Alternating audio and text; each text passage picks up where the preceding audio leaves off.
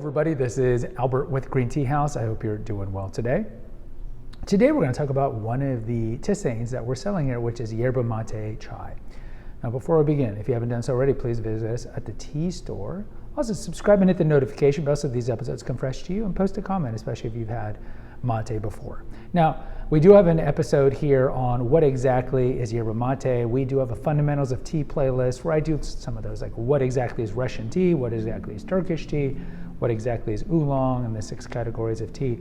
So I'm not going to be too redundant, so this episode should be relatively short. So Casey and I decided to sell yerba mate chai retail. We've sold it sit down, like exclusive tea. Like we do have about 4 or 5 teas that we only sell for sit down, but we decided to sell this retail because enough people were asking for it. So we thought, okay, well, that's great. So what is yerba mate? Yerba mate is a shrub that grows in southern South America. It's indigenous mostly to Argentina and Paraguay, in that area. And it's unique in terms of being a tisane. It does not come from Camellia sinensis. It does not come from the tea plant. It is a tisane.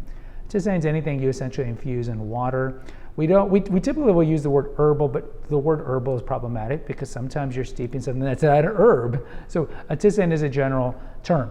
It is a unique tisane in that, along with yaupon, which is a plant that's indigenous to the Americas, to northern North America, I should say, to southern North America, like the southeast, like North Carolina, that area.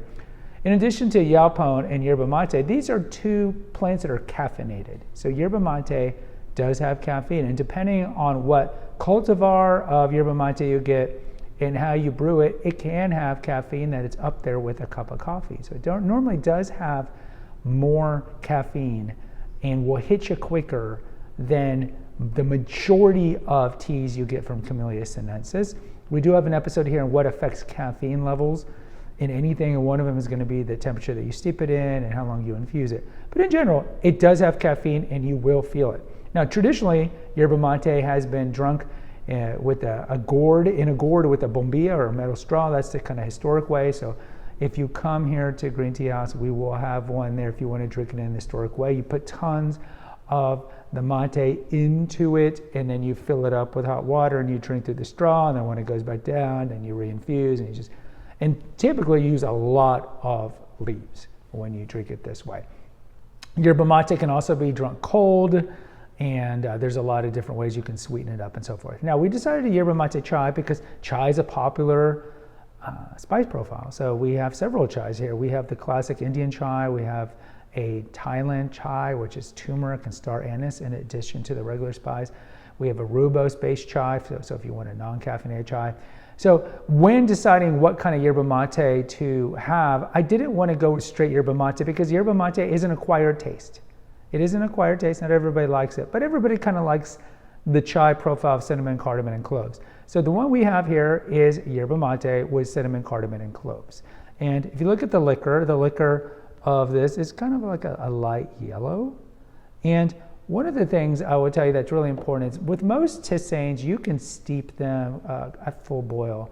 But for a good yerba mate, nice infusion, you do want to go about 190 degrees. So kind of in that range that you would do oolongs and yellow tea as well. So in closing, yerba mate, chai, caffeinated. You can put sugar, probably wouldn't put milk in there. You can put sugar. You can drink it straight.